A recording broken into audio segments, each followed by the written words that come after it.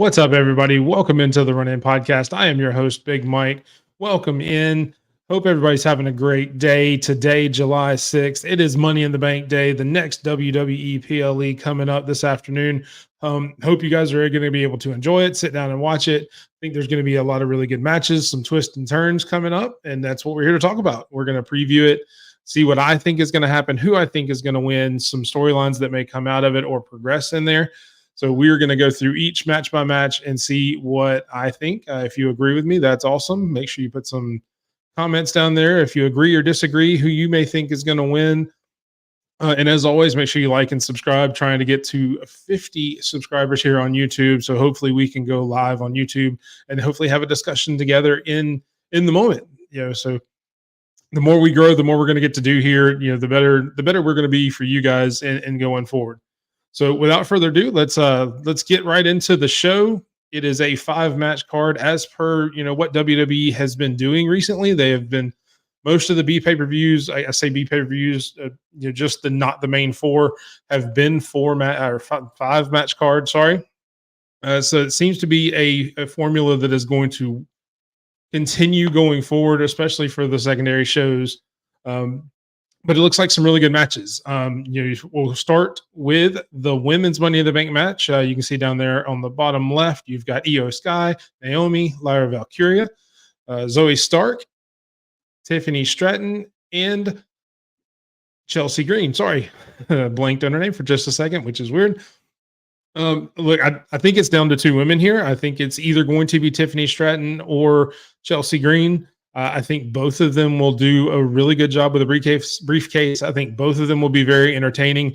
And look, there's a few storylines that can come either way. You've got, kind of what happened on SmackDown last night with Chelsea and Piper kind of talking trash to Bailey, and then Piper attacking her, and Chelsea kind of even alluding to it, saying, hey, when I win Money in the Bank, the next time Piper drops you, I'm going to be right behind her to take your title, which I think is a kind of a cool storyline. You've got Tiffany Stratton with the budding friendship with Nia Jax. Of course, Nia Jax has a guaranteed title shot from winning Queen of the Ring.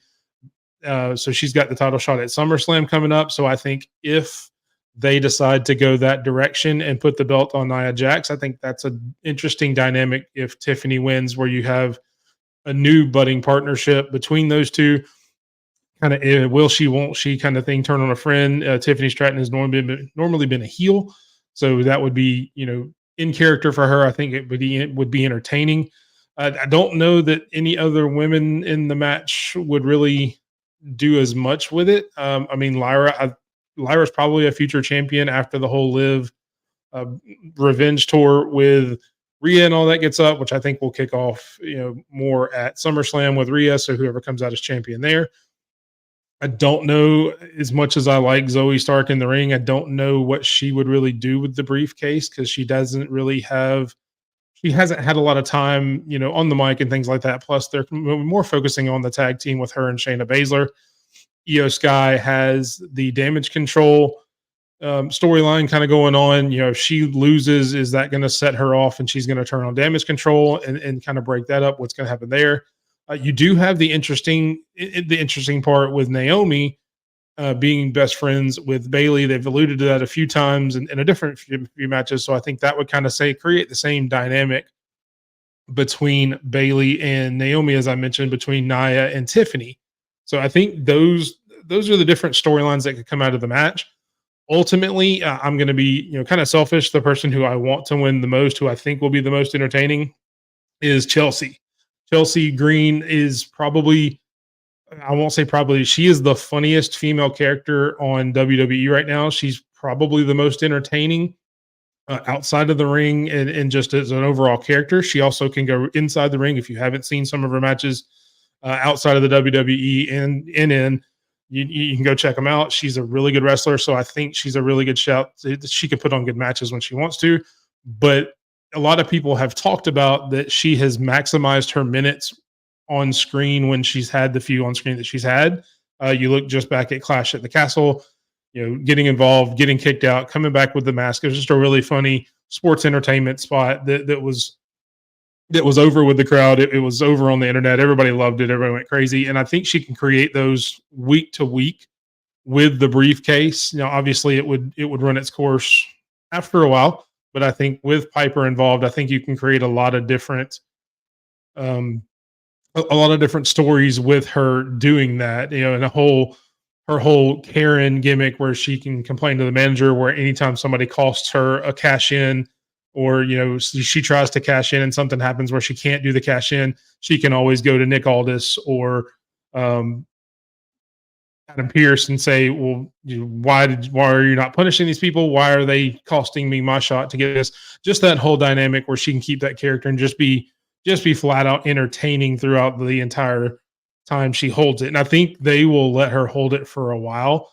Um, the women's Money in the Bank usually holds it for a little bit, and it's usually got a pretty good rate to become champion. I think she would be a really good comedy heel champion for a little bit. We've had a lot of serious champions um, recently, or whether it be Rhea, Liv, Bailey, Io. You haven't really had a comedy female champion in a little while, so I think that would be a nice change of pace for what the women's title has, and I was more specifically the SmackDown title, because again, everything with Liv and Rhea that may last a little while even after SummerSlam.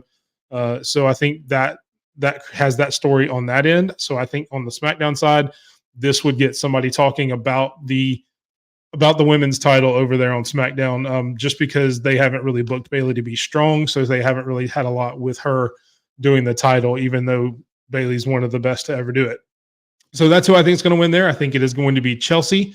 Hopefully that is right. Again, I think she will be very entertaining. Next up, we will go with the IC title. You have Sami Zayn versus Braun Breaker.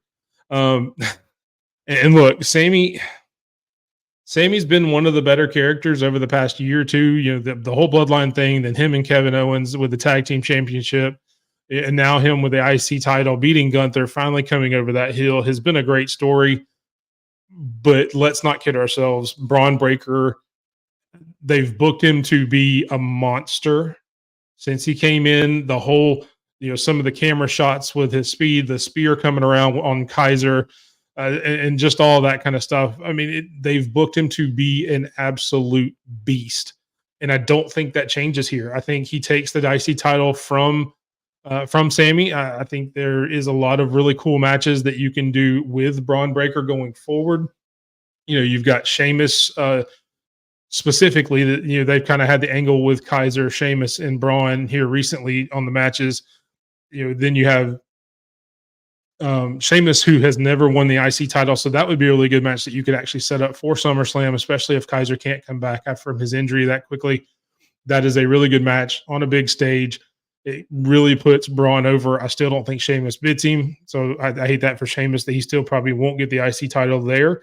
But that gives Braun a marquee defense against a future Hall of Famer in the WWE and Sheamus. And it's going to be a really hard-hitting, fun match. They're both going to beat the crap out of each other. You're going to get to showcase everything about Braun Breaker that you want to showcase. But I definitely think that this is probably, to me, the second easiest match to predict. We will get to the first one when we get to it. I'll tell you which one I think that one is. But just the way they've built Braun up to the heights that he has so quickly, I don't think there's any way they don't let him win this and don't put the title on him to go forward. I don't know what that means for Sammy going forward. He could drop back and maybe go after the world title again, maybe have a qualifier to get there, especially with what I think is going to happen with the world title. Again, we'll get there. But I think that would put him in a position to kind of go that direction and focus on the main event. But again, I think Braun Breaker's taking this one. I think there's a rocket strapped to his back, and the sky's the limit for where they want to push him with his physicality, his speed, his look, his pedigree. And I don't think that that's changing anytime soon. So congratulations, Braun Breaker. You should be the new Intercontinental Champion. Next up, we will talk about the 6-man tag team match, the Bloodline versus Cody Rhodes, Randy Orton, and Kevin Owens. And look, I mean, to me, this one's probably the easiest match to predict. I talked about the other one being the second hardest. I don't think there's any way in the world with what you're trying to build with the new bloodline that you let these guys take the pin. Now we don't know which three it's going to be. To me, just behind the scenes stuff, I would imagine it would be the Tongans and Solo, because I don't know. I think one of the reasons they shot the spot on on video last night at SmackDown is Canada has famously not let some wrestlers over who have had some legal issues in the past until a certain amount of time. I don't know how much time has passed after Jacob Fatu's kind of legal run-ins. I don't know the specifics about that, but I do know he has had them in the past. So I don't know, how his visa or passport or whatever going to Canada would be. So I don't know that he would be in. I don't know that he would be there, which is kind of why, like I said, I think they shot that behind the scenes. May have shot it off site and then had the video package there last night with him in the background. So I think it would be those three. But either way, whether he's there, whether he's not, I don't see any way that the bloodline can lose, because you want them to be this big threat, especially again coming up into SummerSlam. I think it's going to be Solo versus Cody Rhodes. I think they're trying to set that up to be a big match there. So this is the only way to get Solo to be a big threat to him, so he can actually be credible coming into SummerSlam. He's had kind of a lackluster leadership role in the bloodline. It has gotten better. Some of the vignettes they've shot, especially the one last night. If you haven't watched SmackDown last night, go back and watch it.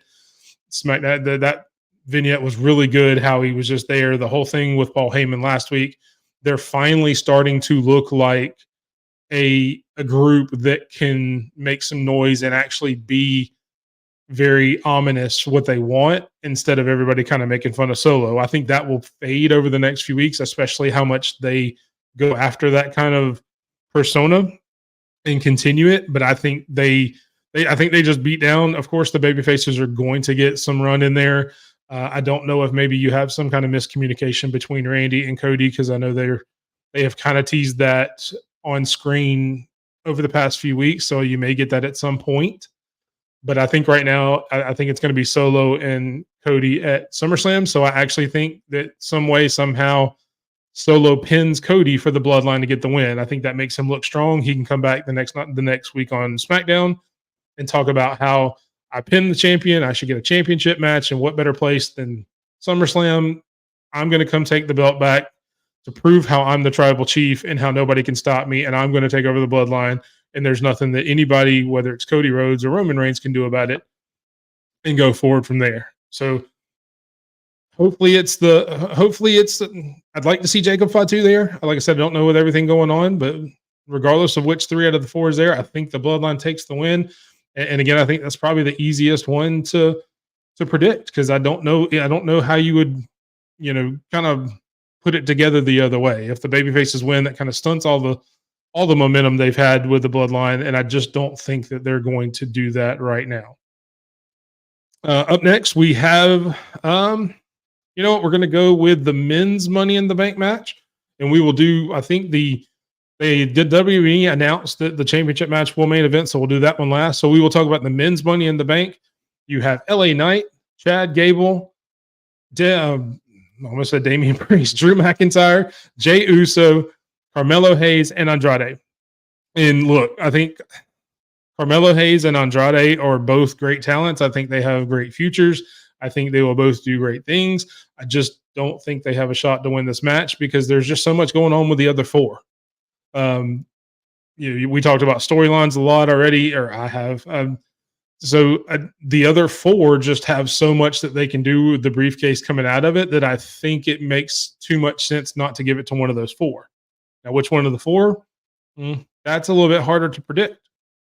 You've got, obviously you've got LA Knight, who is popular everywhere. Again, last night at SmackDown, you saw the interaction between him and Jey Uso, the yeet and the yeah chants going back and forth.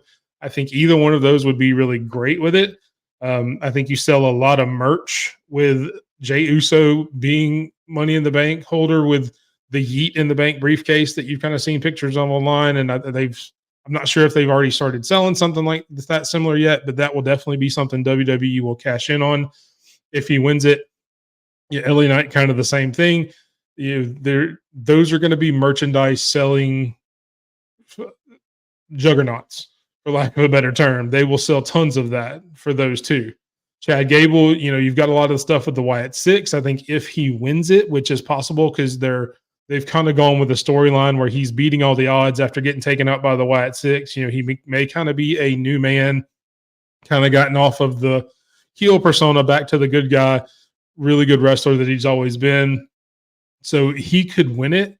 And then you have a good storyline coming on where you can keep the Wyatt Six on TV, where every time he comes out to cash in, the Wyatt Six music hits, everything goes out, and then just shenanigans ensue to make to where he can't cash in each time. That can last as long as you want it to. And then if somehow he wins or something, then you have a good match where you can, bring him in after a while to be the champion after the Wyatt Six kind of go through and do that. There's a lot of stuff you can do with him. And then there's the Drew McIntyre in the room. So it could go a lot of different ways. The CM Punk Drew McIntyre match, which, in my opinion, will happen at SummerSlam. Will it have a title? Will it not? Who knows? We may find out in my predictions here what I think is going to happen. But at some point, CM Punk is going to get involved, or CM Punk or AJ Lee, that I've heard has been rumored in town and been doing some training to get physical in a match, may get involved. So there's just a lot going on with a lot of people in the match, like I said, except for really Carmelo and Andrade. Also, with LA Knight, you've got the Logan Paul thing, which I didn't mention, with him with the U.S. title, which I kind of think takes him down a little bit from winning, because I think they want to focus on him maybe going after the U.S. title, and you don't need the briefcase to do that. So I really think he's probably the next up above Andrade and Carmelo, but I still think he's probably below the other three, which means, and also think that they don't want to put both briefcases on the same show. I mentioned earlier Chelsea Green, that I think is going to win the women's Money in the Bank. I think they would want to put the men's Money in the Bank over on Raw. And then you've got Gable, Jay, and Drew, who are all on Raw, who I think are probably the top three in the match to win for that reason as well. Also from what I said earlier. But which one out of the three do I think will win? Honestly, I think it would really be really cool. And who I think would win, just from a booking standpoint, I think it would be good for Chad Gable. I think he will take the win. He will continue this, I'm a changed man, I'm overcoming, I'm the miracle man. He mentioned that the other day. For everything I've done, from going to be, my family turning on me, to being left for dead. Now I've won my match, and now I'm going to take the briefcase. So if he takes that, he can continue that storyline progression. But then again, you get all the stuff with the Wyatt Six coming in and out. I don't think it's going to be clean. I think at some point, Drew McIntyre will try to climb the ladder, and either CM Punk or someone CM Punk adjacent, AJ Lee, may come out and knock him off a ladder, cost him a match, because Punk has already said, while he has breath in his body, he will not allow Drew to become champion. And it's fun to talk about, okay, well, maybe he wins and then CM Punk costs him, after he gets the briefcase.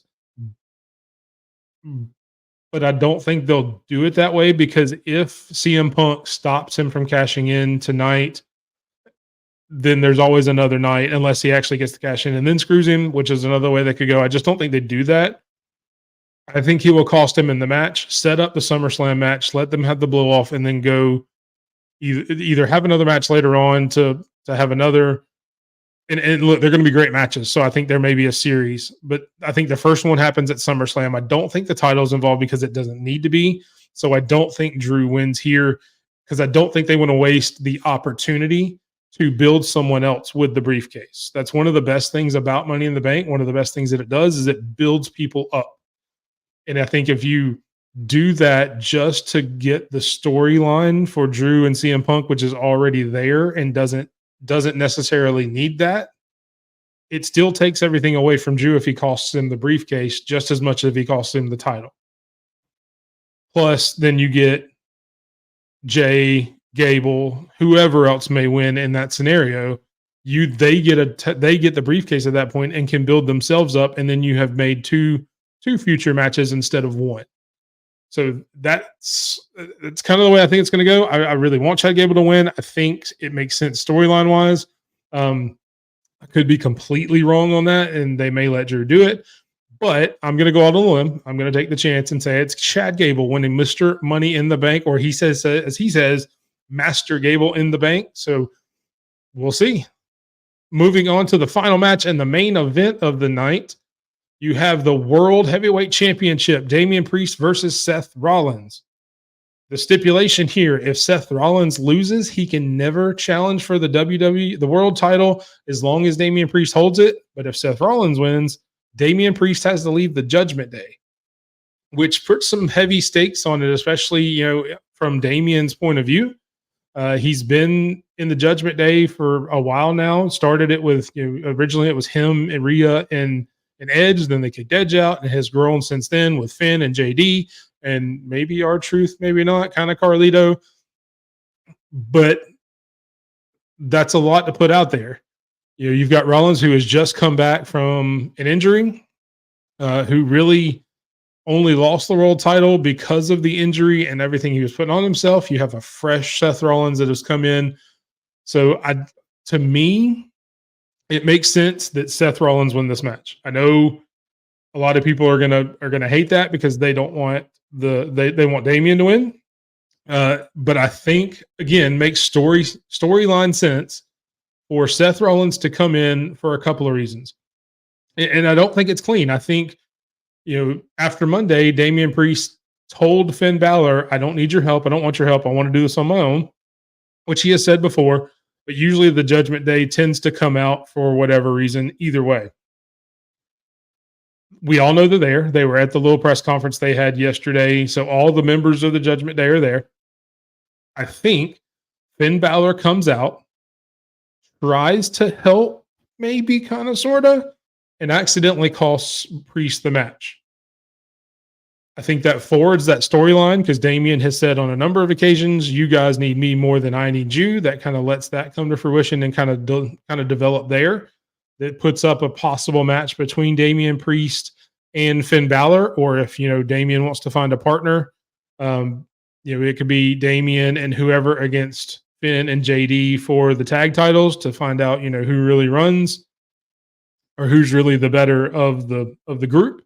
You can do any of that. There's even a longer scenario where you can get, and this is just me kind of fantasy booking in my head, where you get Damian Priest when Rhea comes back and maybe Dom or maybe somebody else against the Judgment Day of either Liv, Finn, and JD, where you find out that Liv and Finn have kind of been in cahoots the whole time, because they've been seen together individually, even more so than her and Dom.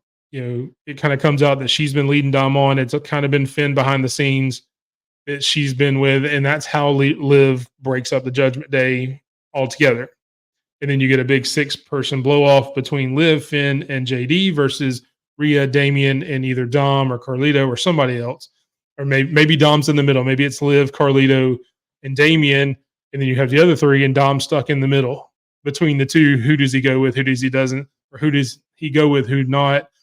That can kind of set up whether it's in SummerSlam, whether it's later on down the line. I think that's just a lot of storyline development that it gives you options to go to.